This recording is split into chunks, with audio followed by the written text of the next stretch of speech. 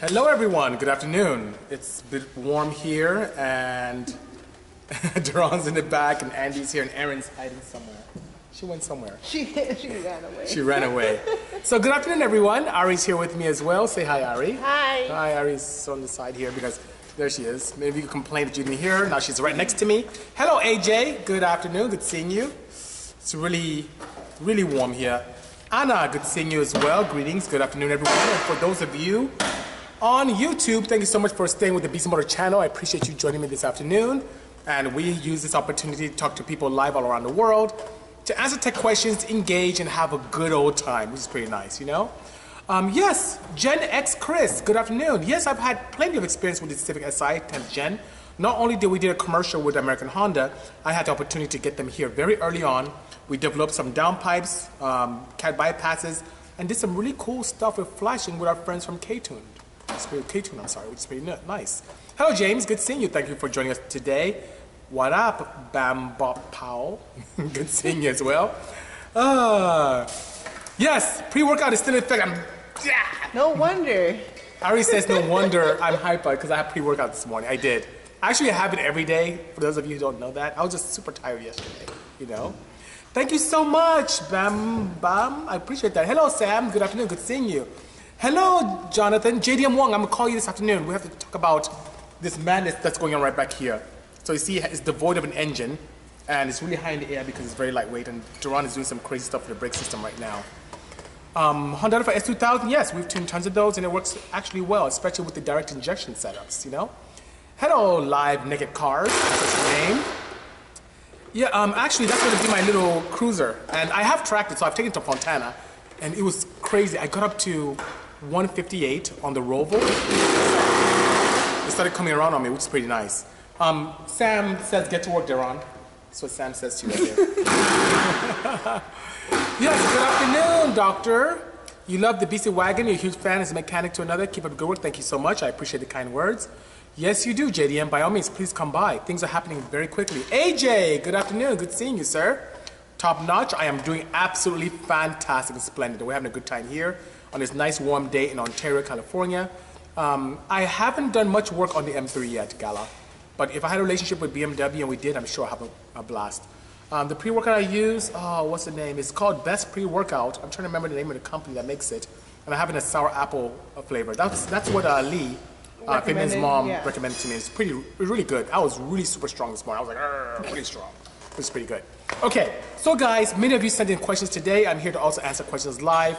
Hello, SoCal Dotson, good seeing you. And Ari's here to ask a bunch of questions. Nothing special, 996, just here, having a great time in the heat. Andy's here, Duran's here, helping me out quite a bit. We did some engine exchanges this morning and working on the Waggle van as we speak to get ready for SEMA. Have I tried C4? No, I have not. I've probably tried it. Have you tried C4? Yeah. Is it crazy? It's good. Iris says it's good. She's usually very right. So maybe I have to listen to her. Hello, Abdullah Khala F50. He likes it, 996 says. I will try it. I love trying different things as long as it's positive with an outcome, you know? The motor, self-driving human is asking, what motor is planned for the Mercedes-Benz 190 DTM project, which is right on the corner? Oh, I took it outside. Okay, I drove it outside this morning. I plan on using a newer model M104 engine and boosting it. That's what I plan on using. What kind of oil do I use? I use Pure Oil, which is my oil of choice. This is their logo right there. And it's one that's based in the aerospace industry, lots of zinc, very good protection, the best compound I've ever used, which is very nice. I have never built a VW. The closest thing to VW I've done is Porsche. That's what one Bagatti 420 is asking.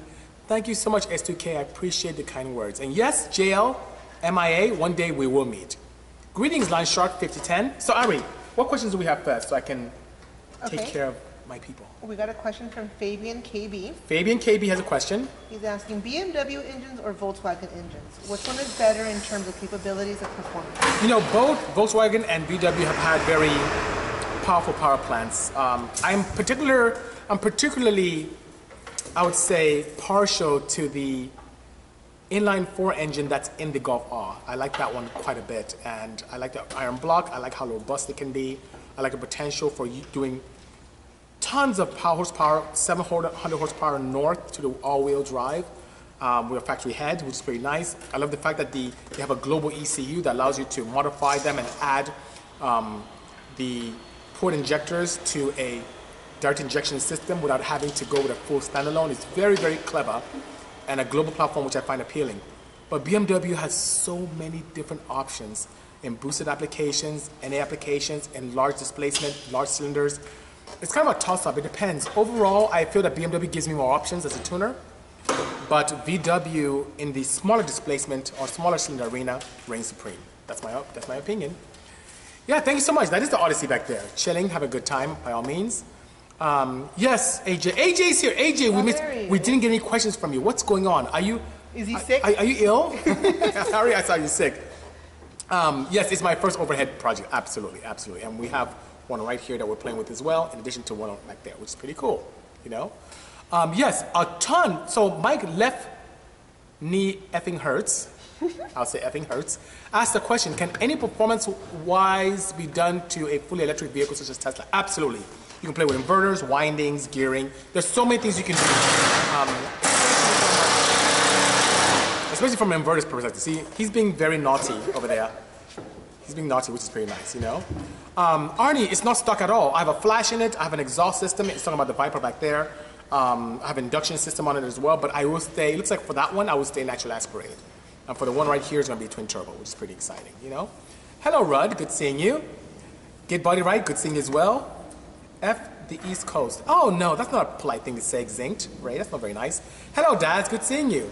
So, Ari, what other questions do? Ari's laughing. She's busting up over here. She's laughing so hard. It was pretty interesting. Okay, we have a question. Hey, Daryl, do you remember this shirt, my old school shirt, where it says, I love twin cams, but it says one is in my engine and the other's in the pits? That's an old school t-shirt I used to wear. So I don't wear it today, you know?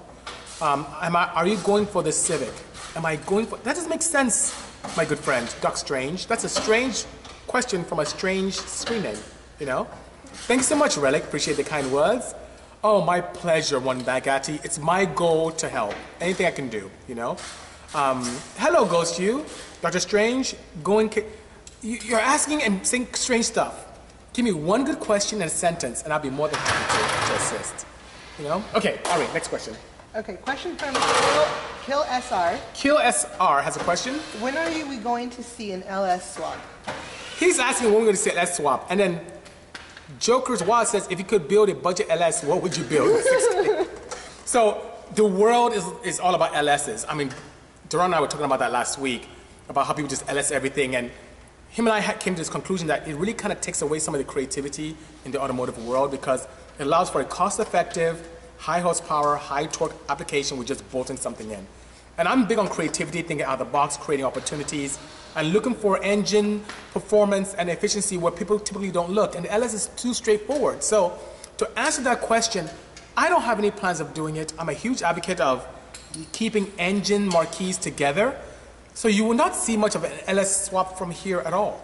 Now, if I happen to build a Corvette, a Chevrolet truck, something Buick-based, something that is GM-based that has that engine, yes, we'll go to town. But I'm not a huge advocate of swapping engines from one manufacturer to another. It's just not something I do, you know. The VK56 with boost would be very nice. Driving him, that'd be very nice. My thoughts on a classic BMW with a 2002 F20C swap is what Bamba Powell's asking. I think it's very creative, it's really cool. But I like keeping engines with marquees. I think also because of how the 2002s are going up in value, it would be really cool to go with an M3 engine in that. That would be very nice and keep it within the BMW Bavarian Motorworks family, which would be very nice. But I love the creativity. The F20C engine is one that's extremely popular, very reliable, and has tons of potential for power, which is pretty cool, you know? My pleasure, DTC. You're very kind. And one Bugatti 420 just sent an old school 454 SS pickup. I remember that. I remember when I first came to the United States, and I saw this commercial where it says the Chevy 454 SS, the pickup from hell. I'm like, how do they sell that? How do they say that on TV? Pickup from hell. That's pretty great. See, so Erin is over there. She's hiding. She's hiding over there, but she's here. I thought she ran off, but she's here. Okay. So, yes, thank you, Greenlove. Hello, High Class Customs. I would love to meet you at SEMA as well. I'll be there from Monday to Saturday, and I'll have plenty of time for us to get together. It's going to be a great SEMA. It's going to be fantastic. Okay. What else do we have, Ari? Question from Analog Rich. Analog Rich. Cool name, by the way. Do you have any plans for the 987 Cayman S? Tons. My first mid-engine is still in the showroom over there. It's a silver one, and that's the car that really got me going crazy with building a center seat, which we do a couple of them here. Sam is here as well, helping with that. I have a ton of plans for that. So above and beyond, providing some good insight on what the potential of those engines are built and factory, we should, by the last quarter of this year, come up with a turbo kit that allows you to bolt on and have an engine management solution that plugs in and you can go with 400 horsepower, no problem, which is very nice. And something that should be also extremely reliable as well, which is very important too, DCC Skill says you are making 400 plus all motor before the K series came out. Do you have had a chance to create a BC all motor K? I feel you make 500. No, I have not. I have a lot going on here, and believe it or not, it's so sad, but in the Honda community, NA is going away. It's like more people want boost, and I don't blame them. It really offers a lot more power for the amount of money. I can imagine, on my Insight, my F-Series engine, the induction alone, being that it was ITBs with 8 injectors and a magnesium body, it costs almost $3,000 just for that alone. So with $3,000, you can build a pretty formidable, very nice B-Series or K Series with boost, which is pretty nice, and make more power than I did with just the intake alone. Hello, Alfie. Hello, Busy. Hello, Infamous. Good seeing you. I would, Big Mama Punk, I would really consider doing that. So far, what we've done with the major OEMs, especially with Hyundai, is assist with some development stuff on their base engines. But to do something from scratch would be an honor. It's something that I would like to work towards. That'd be such an honor to do that. Hello, Alfie. Good seeing you. Thank you so much, Get Body Right.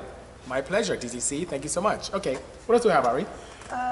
Excuse me. Question from Arnie SoCal. Arnie SoCal. What is the #1 skill to have when tuning? For example, computer programming, EFI, etc.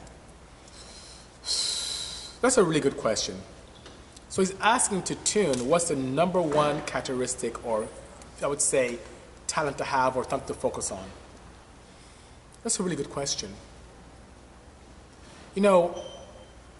Someone who's a business major could tune, someone who is an engineer could tune, someone who's just an enthusiast could tune. It's really that undying desire to learn something new and to pay attention to detail. I think that's really what it is, but having a scientific background does help you understand the details of tuning, especially if you're problem solving.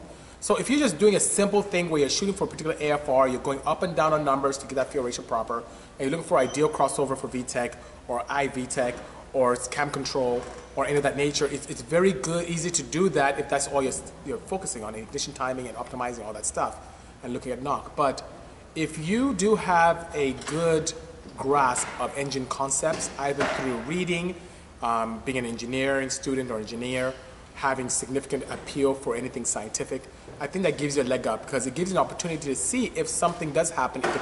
If you tip in and the car runs, just hesitates a lot, you'll be able to determine, oh, maybe I should put more Excel fuel in there or a little bit less. If you have a car that seems to have a lot of noise in one cylinder, maybe that engine cylinder needs a little bit more fuel and needs timing retardant in that one cylinder.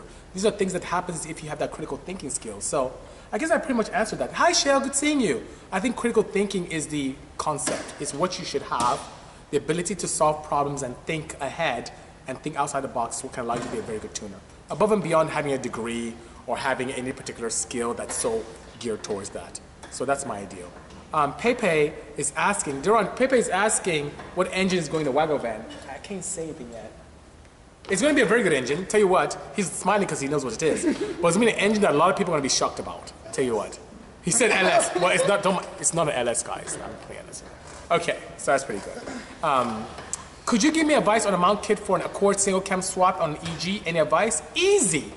The easiest way to put a single cam Accord swap in EG is to use our H2B.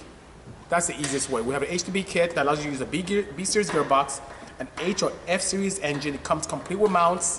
It's easy. Just write to us at sales@bisimoto.com, and I'll be more than happy to hook you up with a good price. No problem at all. DJ, thank you so much. I need to build my shuttle project, Phoenix. We should do it. Yeah, you guys should. I love shuttles. You know what, Paza? If you have some cool parts, I may need something for you. You know what I'm looking for? Guys, if you have this, let me know. I'm looking for an old school radio, a factory radio. This came with some rubbish face-off. I don't want that. I want an original Honda radio. Like a standard DIN, old school, ideally period correct. If it's slightly new, that's okay. But if you guys have access to one, let me know. I'll buy it from you. So let me know. Good price, though. Don't give me those prices that Duran gives me. Wow. No, I'm kidding. He gives me good prices. Put him on blast. I'm putting him on blast today. Okay, yeah, please do, please do. So, Ben is asking, sorry to ask again, but I will graduate as a mechanic next year. If possible, I'd love to work with you, even as a shop sweeper. To start, where can I send my extended resume? Send it at lab@bisimoto.com. And Ari, you have to butter her up, because if she says no, you're not getting here. If she says yes, then you have access, okay? Yes, I have another wagon back here. There's one right behind this one here. There's another cream-colored one, which is pretty nice, you know? Yes, I'm keeping the engine in the Acura family. Fox? Absolutely, I'm doing that. What is the price on the 700 horsepower D-Series motor that was in the wagon van? The thing is that that first engine I built was extremely expensive because that is the engine that I developed the Bisimoto level 2.4 and 3.6 camshafts on. And the bad thing about single cams is every time you change lobe separation, you have to grind it into the camshaft.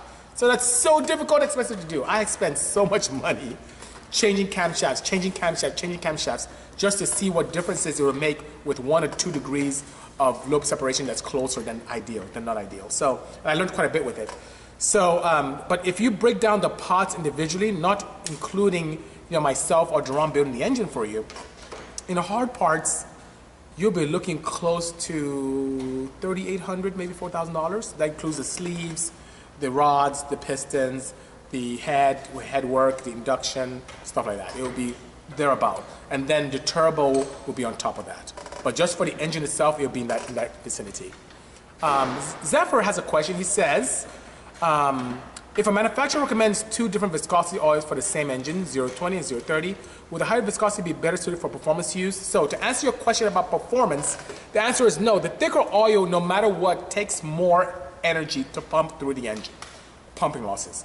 If you look closely at the grids that manufacturers provide, that grid has to do more with temperatures and use. So if an engine manufacturer recommends 020, it's typically for the colder, more temperate regions. If they recommend a 530, if you look closer to the grid, it'll be for much hotter regions around the planet, or if you're doing a lot of performance stuff, racing, high RPM activity, so on and so forth. So if you just drive the car daily and you don't go around racing with it, and you're in areas that are not hot, you're not in, let's say the hot desert areas, you're not in the Middle East, you're not in